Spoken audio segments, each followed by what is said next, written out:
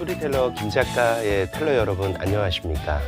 재미있는 이야기 속에서 의미를 찾아 우리가 함께 소통하며 성장하는 채널 스토리텔러 김 작가입니다. 오늘은 작은 책인데요. 책의 안을 살펴보아도 글보다는 그림과 도표도 많은 아주 간결한 책입니다. 또 표현이 직관적이어서 쉽고 재미있게 읽을 수 있는 책인데요. 그러나 함의하고 있는 의미는 깊이가 있는 책입니다. 이 책은 창작을 하는 아이디어를 갈구하는 아티스트, 크리에이터들을 위한 책입니다. 그러나 창작은 아티스트만 하는 것은 아니라고 생각이 되는데요.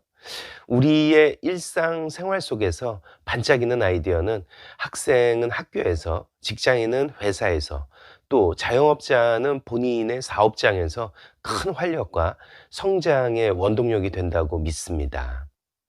그래서 일반인들에게도 번뜩이는 아이디어는 꼭 필요합니다. 새로운 비즈니스나 프로젝트 또는 과제를 하면서 아이디어가 막힐 때 크리에이티브에 대한 책을 찾게 되는데요. 마음에 딱 와닿는 책을 찾기는 쉽지 않습니다. 예를 들면 이런 거죠. 서울대 수석 합격자가 예습복습 철저히 하고 학교 수업에 충실했습니다. 또 아름다운 피부 미인 연예인에게 비결을 물으면 충분히 푹 자고 물을 많이 마셔요 라고 이야기하는 거죠. 또 아이디어에 관련된 책들에서 찾아보면 늘 생각하라, 많이 경험하라, 메모하는 습관을 가져라 등 사실 우리가 몰라서 못하는 것이 아닌 말들을 많이 하고 있습니다. 그러나 이 책은 다른 책들보다는 좀 독특하고 참신한 방식으로 이야기를 풀어가고 있어서 마음에 더 와닿는 것 같습니다. 예술은 도둑질이다. 파블로 피카소. 어설픈 시인은 흉내내고 노련한 시인은 훔친다. 형편없는 시인은 훔쳐온 것들을 훼손하지만 훌륭한 시인은 그것들로 훨씬 멋진 작품을, 적어도 전혀 다른 작품을 만들어낸다. 훌륭한 시인은 훔쳐온 것들을 결합해서 완전히 독창적인 느낌을 창조해내고 애초에 그가 어떤 것을 훔쳐왔는지 모르게 완전히 다른 작품을 탄생시킨다. T.S. 엘리엇. 이 책은 10가지 타이틀로 구성되어 있습니다. 이 10가지 항목으로 말씀을 드리도록 하겠습니다. 첫 번째, 훔쳐라, 아티스트처럼. 이 세상에 오리지널은 없다. 세상이 어떤 작품을 오리지널이라고 할 때 그 10중 8구는 출처를 모르기 때문이다. 모든 창작물들은 이전의 다른 창작물들의 토대 위에서 만들어진다. 세상에 오리지널은 없는 것이다. 성경에도 이런 말이 있다. 태양 아래 새로운 것은 아무것도 없다.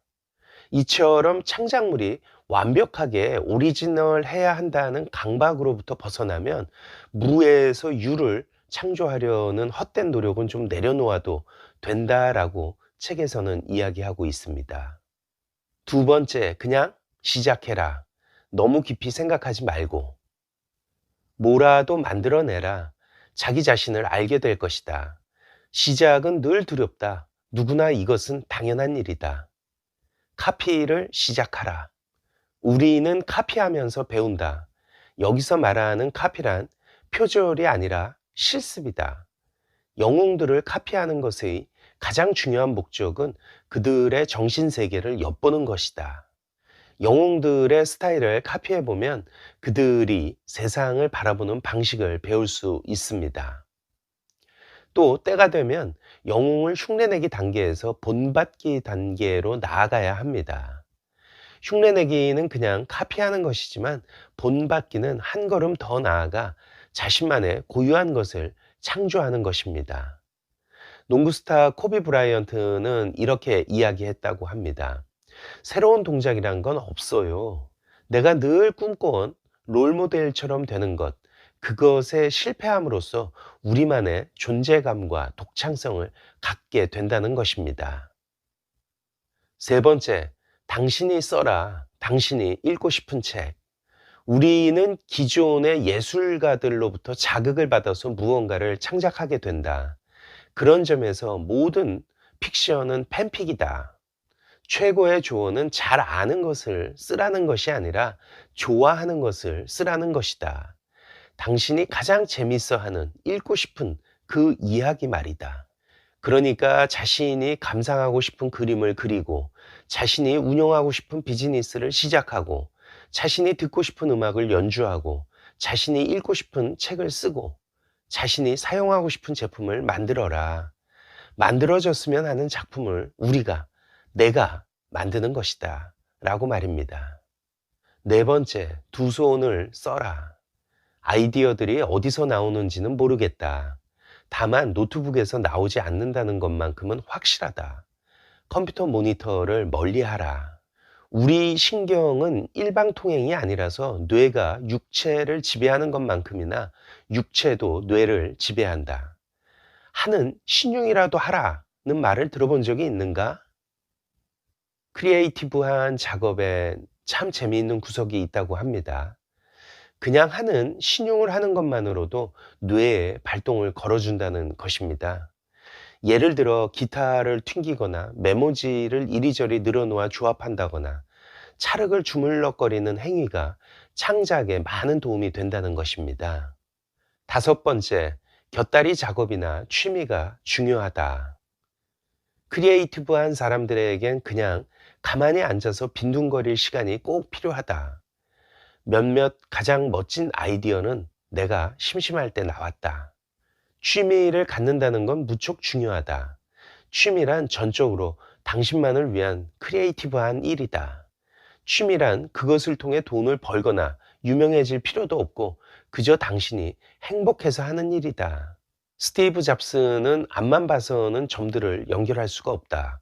뒤돌아봐야 점들이 선으로 이어진다 라고 말했는데요. 우리가 매일같이 바쁘다고 일상적인 표현을 하고 있습니다. 그러나 과연 그 바쁜 것이 정작 업무의 효율 또는 성과에는 얼마나 기여를 하는지 의문입니다. 주위를 둘러볼 수 있는 여유가 창조적인 작업에도 도움이 될 것이며 업무 효율에도 도움이 됨을 알아야 할 것입니다. 여섯 번째, 멋진 작업을 하고 사람들과 공유하라. 무명일 때는 무명을 즐겨라. 무명을 이용하라. 대학의 강의실은 환상적인 공간이다. 교수는 당신의 아이디어에 관심을 기울이라고 월급을 받는다. 졸업 후엔 두 번 다시 당신에게 그토록 집중하는 청중을 만날 수 없을 것이다. 세상에 당신을 알릴 수 있는 비법이 있다. 멋진 작업을 하고 그걸 사람들과 공유하라는 것. 1단계, 멋진 작업을 하라. 이건 정말 어려운 일이다. 지름길도 없다. 매일매일 뭔가를 만들어내야 한다. 2단계, 사람들과 공유하라. 저자 오스틴 클레오는 멋진 작업을 하고 이를 공유하기 위해서 컴퓨터를 배우라고 말합니다. 웹사이트를 만들고 유튜브, 블로그, 인스타그램 하는 법을 배우고 소셜미디어 그 밖에 여러 방법을 통해서 많은 사람들과 관계를 맺고 소통하라고 합니다. 7번째, 지리적 한계는 더 이상 없다. 집을 떠나라. 거리감과 낯섦이 존재하는 또 다른 환경은 크리에이티브의 묘약이다. 나갔다 집에 돌아오면 집은 늘 그대로인데 우리 마음속에는 뭔가가 달라져 있다. 그것이 모든 걸 달라지게 한다. 여행은 세상을 새롭게 보이게 하고 세상이 새롭게 보이면 뇌는 더 열심히 활동한다라고 말합니다. 8번째, 호감형이 되라. 친구를 사귀고 적들은 무시해라. 내가 아는 한 가지 룰. 사람들을 나이스하게 대해야 한다는 것. 당신에게 필요한 것, 호기심, 친절함, 체력, 스스로 바보 같아 보일 수 있는 용기. 내가 호감형의 사람이 되어서 많은 사람들과 소통해야 함을 강조하고 있습니다. 특히 다른 사람에게 인정받으려고 하기보다는 인생은 때때로 절망과 비난이 있음을 인정하고 기대치를 낮추는 것이 실망도 낮추는 일임을 언급합니다. 9번째, 질릴 만큼 꾸준히 하라. 이것이야말로 작품을 완성하는 유일한 길이다. 규칙적이고 정돈된 삶을 살 것. 그래야만 당신의 작품이 강렬함과 독창성을 갖게 된다. 자기 관리를 할 것. 금전적으로 빚지지 말 것. 출퇴근하는 일을 가질 것.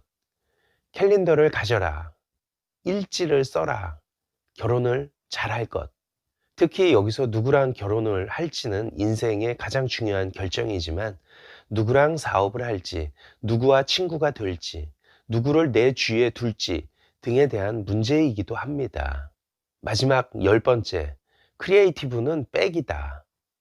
당신이 이 세상 모든 시간, 이 세상 모든 돈, 팔레트 위에 모든 색깔, 필요한 건 다 갖고 있다고 쳐보자.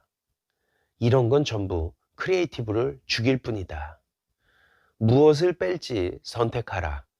지금 같은 정보 과잉 시대에 앞서가는 사람은 무엇을 덜어내야 할지 잘 간파하는 사람이다. 그래야만 진짜 중요한 것에 집중할 수 있기 때문이다. 역설적으로 들리겠지만 크리에이티브한 일에 있어서 제한은 자유를 의미한다. 적절한 제한은 아주 탁월한 작품을 탄생시킬 것이다. 크리에이티브는 작품 안에 어떤 것을 넣을까가 아닌 어떤 것을 뺄까의 문제다라고 책이 마무리됩니다. 이처럼 10가지를 말씀드렸습니다. 이 중에서도 저는 개인적으로 가장 마음에 와닿는 부분은 당신이 써라, 당신이 읽고 싶은 책이라는 부분입니다. 읽고 싶은 책, 보고 싶은 그림, 먹고 싶은 요리, 우리가 받고 싶은 서비스, 내가 바라는 바를 내가 실행하면 그것이 바로 성공적인 창작이 될 수 있을 것이라고 생각되기 때문입니다.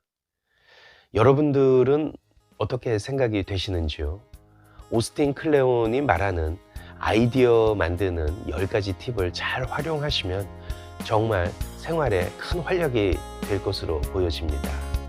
지금까지 재미있는 이야기 속에서 의미를 찾아 우리가 함께 소통하며 성장하는 채널 스토리텔러 김 작가였습니다. 감사합니다.